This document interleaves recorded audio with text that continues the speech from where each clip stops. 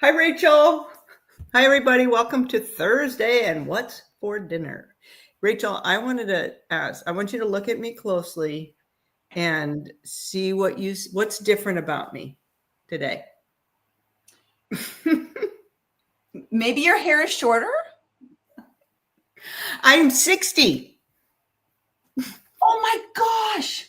I'm 60 years old. Not today. I mean, I've been 60 for 4 days now. Let's see.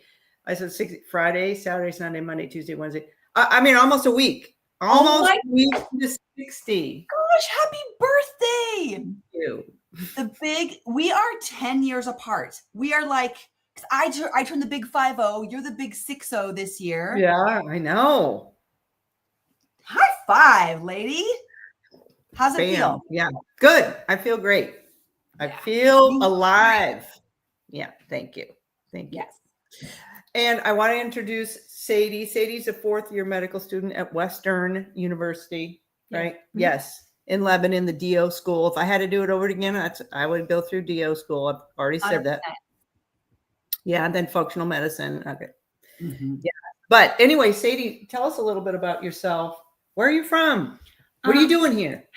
So I'm from the Salem area. Been here my whole life. Hope to practice here one day. We need more in family practice, right? Yes, correct. I want to be in more family medicine. We need more good docs in family medicine. Yes, we do. So I'm doing the lifestyle medicine with Dr. Gilbert for a month. Mm-hmm. And I chose this rotation because, like I said, I want to do family. Mm-hmm. And I think lifestyle is a huge, important part of being a family medicine doc. Mm-hmm. And I'd like to incorporate that into my future practice. Awesome. That's so good. Rachel, did I send you that little meme that was like, of the people in line? If you go to your doctor and you get a drug before a lifestyle, before he asks you about, your lifestyle, you're going to a dealer, not a healer. Yeah. Can we say that? I mean, we just did. But that's the thing. That's the change of medicine, right? It's change the stream. We're learning that the drugs are needed in so many situations and helpful, but they are just patching over. They're just covering up something. They are not getting the root cause. They're not solving or healing or solving the issues. Right. Yeah. Now, having said that, do I prescribe medication? Yes, I do. Yes, I do. Yeah, I do. There is room for that. And we talked a lot about lifestyle. So Rachel, we have been talking about lifestyle, with the blue zones. And I thought today, I was thinking we would wrap that up. Mm-hmm. Yeah. We missed you last week. We missed last week because you were apparently riding horses on the top of a mountain or something like that. I was. Yes, indeed.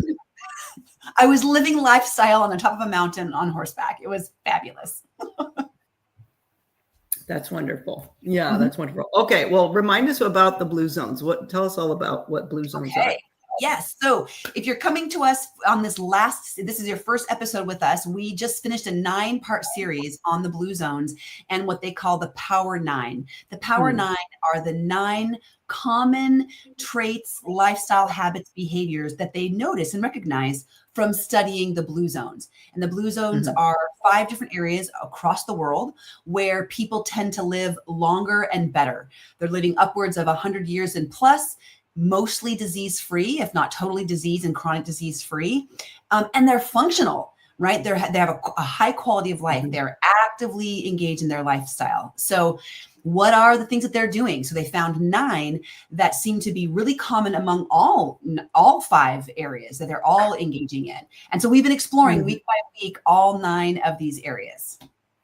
Right. Yeah.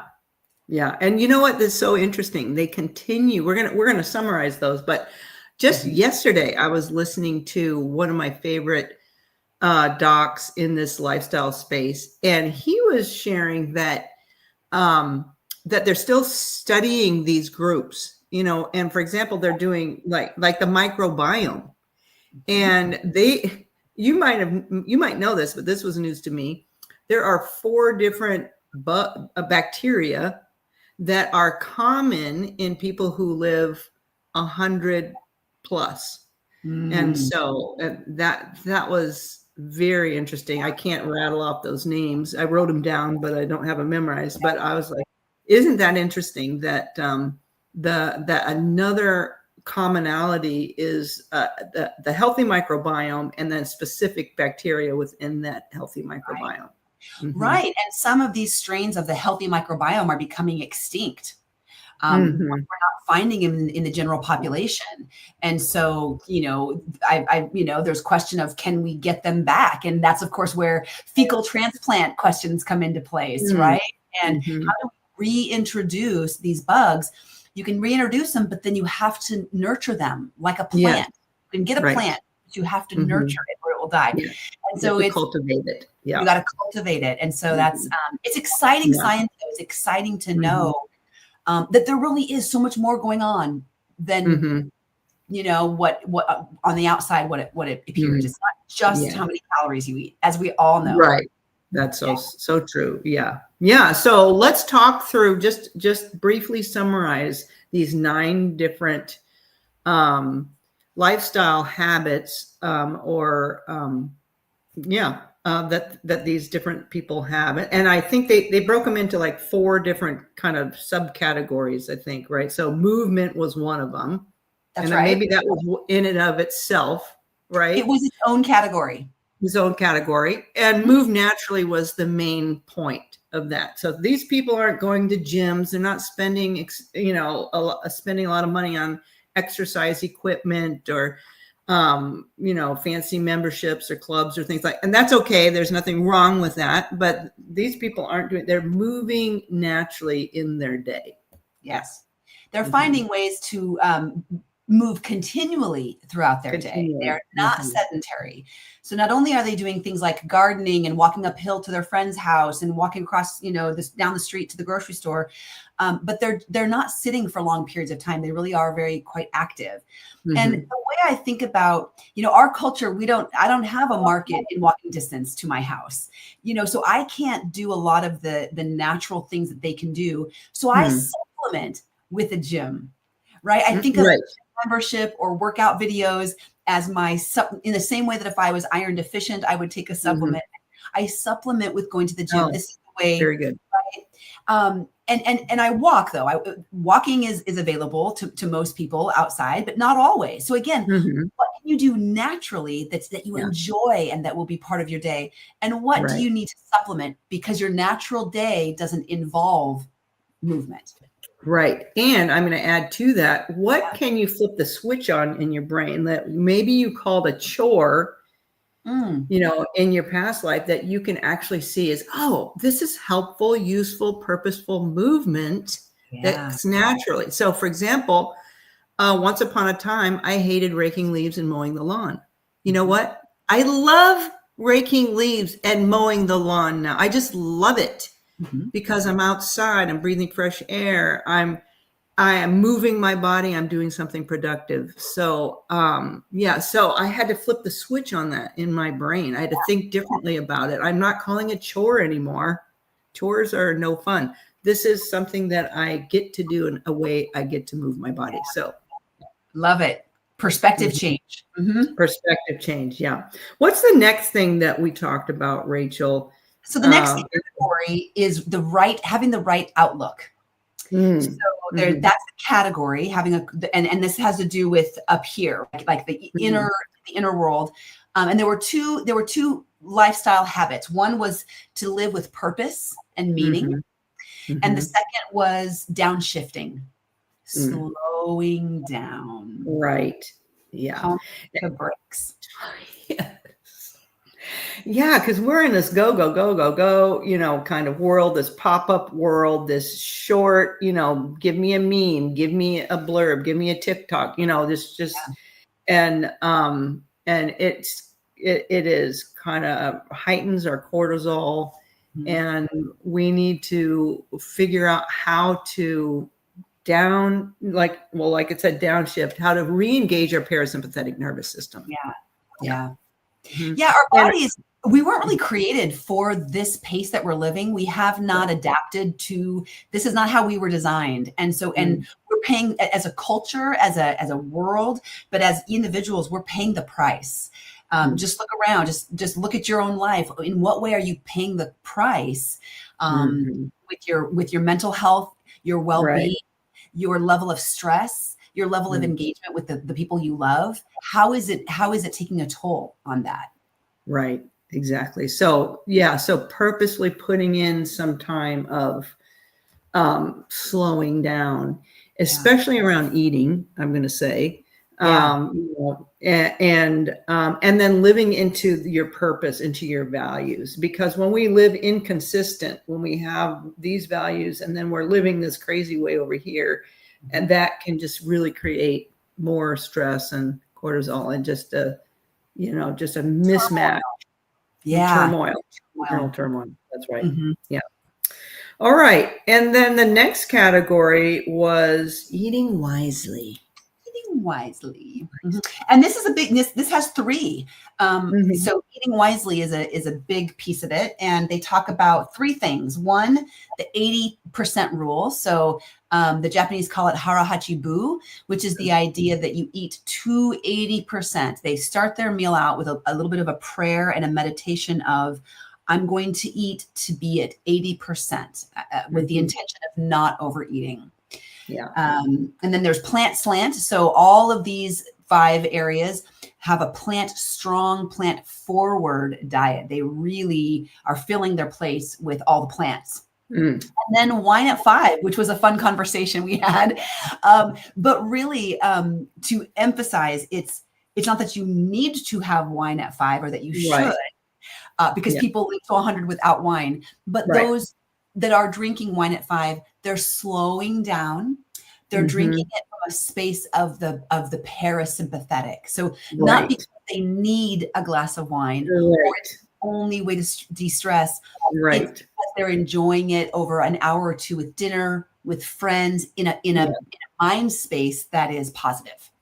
So good. A very different way of drinking. Right. It's not to solve a problem. It's not to get rid of stress. It's not to, it's not because I'm at my wit's end. Yeah, no, it's a very different shared experience with other people. So, and it doesn't have to necessarily be wine at 5, but it's just part of that downshifting. Yeah, that's really probably more of what it is. It's the downshifting part versus the wine, any wine. Because I think we really did emphasize that there's no health value in wine or alcohol. There's really no health benefit from it.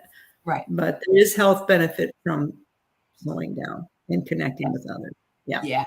So, we focus a lot on that plant slant and figuring out how to incorporate more plants in your diet. We've challenged people to count 30 different plants in their diet, 5 cups of vegetables, 5 colors of vegetables in their day. And so, and remembering that it's not just vegetables and fruit. There's herbs and spices out there, nuts and plants and nuts and seeds. And that all have different phytochemicals and even compounds that we don't even know yet that help us absorb and incorporate these anti-inflammatory, health promoting compounds into ourselves. So good. The one thing I've really focused, we're going to come back to this, Rachel, because I want, after we're done talking about all the 9, I want us to talk about what's kind of been most impactful for each of us. And so I'm going to come back to the 80-20 rule here in a second. Let's move on and talk about that final category. What was that? Final category is connect. And this is also one of the larger categories. It has 3 lifestyle behaviors. So the first is to belong. And they talk about the benefits that these groups of people have in belonging to a faith-based community. So some form of spiritual belief, some sort of faith-based community where they belong. And it's really quite interesting what belief in something And, there's lots of different religions, there are lots of different belief systems, but being part of a system where you belong and you share common values and that belief system, there's a strong health and overall health benefit for that. Right. Yeah. And the second one is loved ones first. So really putting, we talked a lot about having grandmothers around, engaging in and really, keeping the older generations around for the younger generations and investing in relationship. And then the right tribe. Who you hang out with matters. Who you spend your time with changes who you are, what you believe, what efforts you put forward, how you might be challenged in a good way or not, or become kind of like the norm and kind of just go along. So it really does matter who you're hanging out with. Right.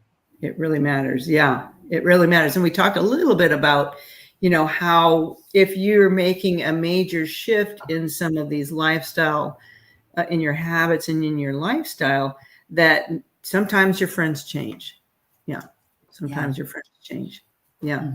So, so important. I love the connection piece. And because I myself, we have just started, we've been living in this area for 22 years now, I think. And people come and go, friends. But we've really, in the last year, it's interesting. We've really made an effort to get to know our neighbors. And it's so fun because we just had a community thing a couple of weeks ago and with our tribe. And then we're going to connect with a neighborhood in this coming weekend. And another neighborhood on the other side of us this next weekend. So I really love that sense of connection, and it can be around healthy food. So that's so cool. It does, when we're connected with people, it releases those hormones in our brain, the oxytocin, the serotonin, those contentment, kind of at rest or at peace hormones that really help us have resilience, so that when something hard comes along, we've got the wherewithal to manage it. So many good things coming out of connection. So I love all these blue zones. Rachel, could you share with us what, this discussion, or where you've seen the most impact, and which area in the last month? Let's just say. Yeah. I would say that the ones that since we've done this, I've been trying to pay a little bit more attention to would probably be in the connect category. Just all three of them. I'm really kind of starting to reframe. I'm an introvert and I really love my downtime. And in the past, I've used that as an excuse to isolate. And I don't do well in isolation. I think I do. I thought I did. I like to pretend that I'm okay. But what I've noticed, if I look back over the years, I noticed that when I'm more isolated and spending time alone, which I love time alone. I love to be alone. I love to be left alone. I love to think. I love it. And I'm not ashamed of that, right? It's not bad. But when I spend too much time alone, I noticed those times in my life where I was a little bit more depressed or a little bit lower mood or less excited about things or kind of feeling lost or and when I engage and connect to the level that I can, I'm balance my boundaries and my abilities, my limitations. I feel more hopeful. I feel alive. I feel like I'm important to someone else and they're important to me. And so when you talked about the perspective of chores, I'm teaching myself to not look at interactions with people as a chore or a burden or a distraction or like an interruption, but rather as, this is how I prevent dementia. Right? I mean, there's so much research about isolation. Right. Yeah. Yeah. No kidding. That's where I was headed. I was headed to dementia land for sure. So I'm trying to rephrase it as, this is good for me. It's good for my mind. It's good for my community. So that's probably the one that I'm really working with my what I used to believe in my identity. Yeah. Rachel, I'm going to be honest. There was a little record scratch for me because I thought you said you were an introvert. I know. Did you really say that? Are you really an introvert? I'm a total introvert. Who would believe that about you? I know it. I love to show up big and I love to bring energy. So I'm maybe not, there's a lot of different types of introverts. Sure. Right. I'm probably the extroverted introvert. Yeah. Right. You know what? I think I'm the same way, and it's good to embrace it. It's really good to understand and embrace it. And I, so lately at these community things, because it does, because you've spent a lot of energy one-on-one with people during your day, and then it takes more energy. Where's to find the energy to go to one more function? Yes. Right. And so what I'm trying to tell myself is, or ask myself before I go, who am I going to get to know just a little bit better today? Mm-hmm. Yeah. Mm-hmm. Yeah. So that's what I'm freedom. It's permission to not have to be everything for everyone. Right.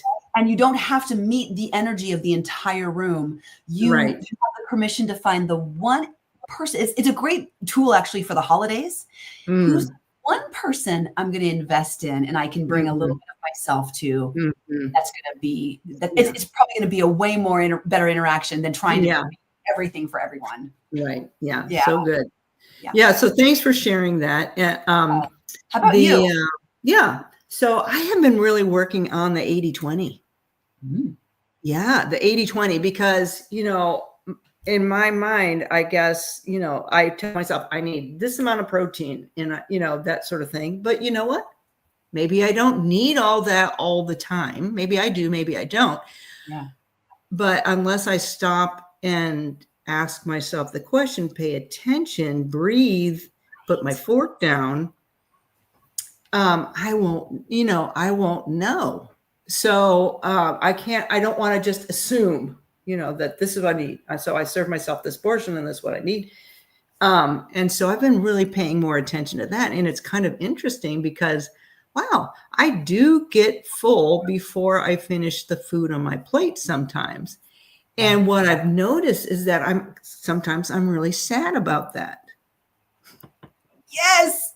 Because I know, because you're probably looking at this beautiful plate of healthy, whole, real, colorful. You're like, but what's wrong with eating all the rest of that broccoli? But I should eat all the rest of that, Sam, right? I hear you. Oh my gosh, this is, I love that you're saying this because this has been happening to me as well. And you look at the plate and it's not like you're looking at French fries where you're like, I eat those. You're looking at beautiful food that you prepared that's valuable. And then you're like, I should stop? Yeah. Right? Really? Yeah. Really? Yeah.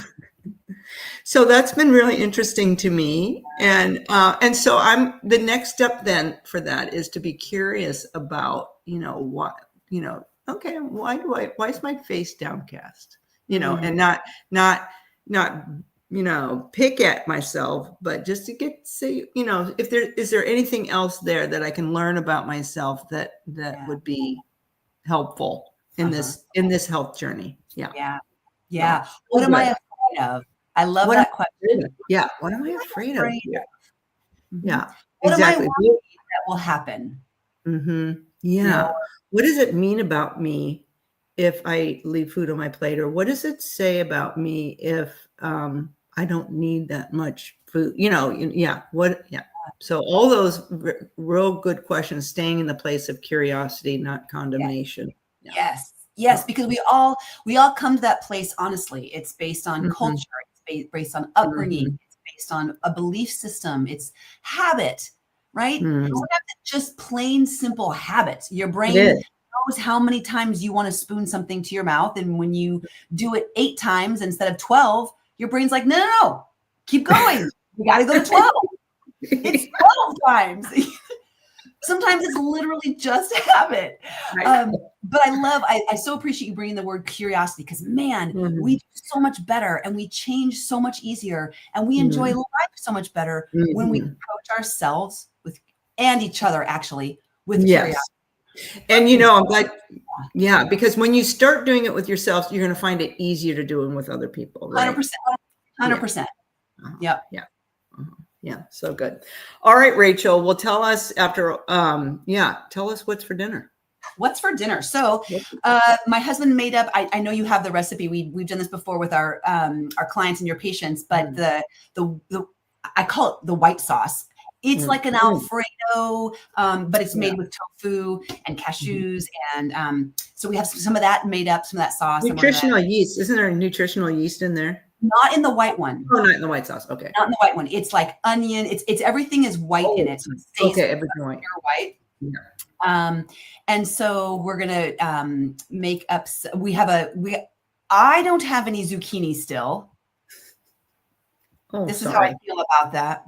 But friends have zucchini, so I've been gifted a zucchini. So I'm going to spiral it and pour the white sauce with tomatoes and broccoli and some lentils. That's dinner. How about you? We're still working through all the beautiful leftovers from the we had a little gathering on, well, it was pretty big gathering on Saturday. So we're working through salads and quinoa salad. There was some potato salad with that lovely resistant starch. We had hummus that I just kind of ate today. So, and what else did we? Avocado. That's starting to turn a little bit, but as avocados do. As it does. Yes. So we've been working through. Sadie, do you have a plan for dinner? Yeah. What's dinner for Sadie? Yeah. I haven't thought about it. Okay. Honestly. That's okay. Put her on the spot. Yeah, we did. It's okay. It's okay. Yeah. Because now you're going to be thinking, what do I want for dinner? Yeah, that's right. Planning ahead. So yeah, I'm working through those salads, and I tell you, I made the best hummus, and I don't know, it's better than the usual. And I think the secret is lemon zest, lemon juice, lemon. Can't get enough of that. Lemon. Love it. Love it. So good. All right. Well, Rachel, do we know what's coming up next? We don't. We need to get to planning. What's August? Okay. Right. Let's think about it. All right. Let's go to work. We'll come up with a great topic or series of topics, and bring more good stuff to you. All right. Well, stay tuned, everybody, because it's going to be good. All right. Well, thanks for joining. Yeah. Enjoy your zucchini and white sauce. Thank you. I will. Have a great time, you guys. Bye-bye, everybody. Bye. Bye, everybody.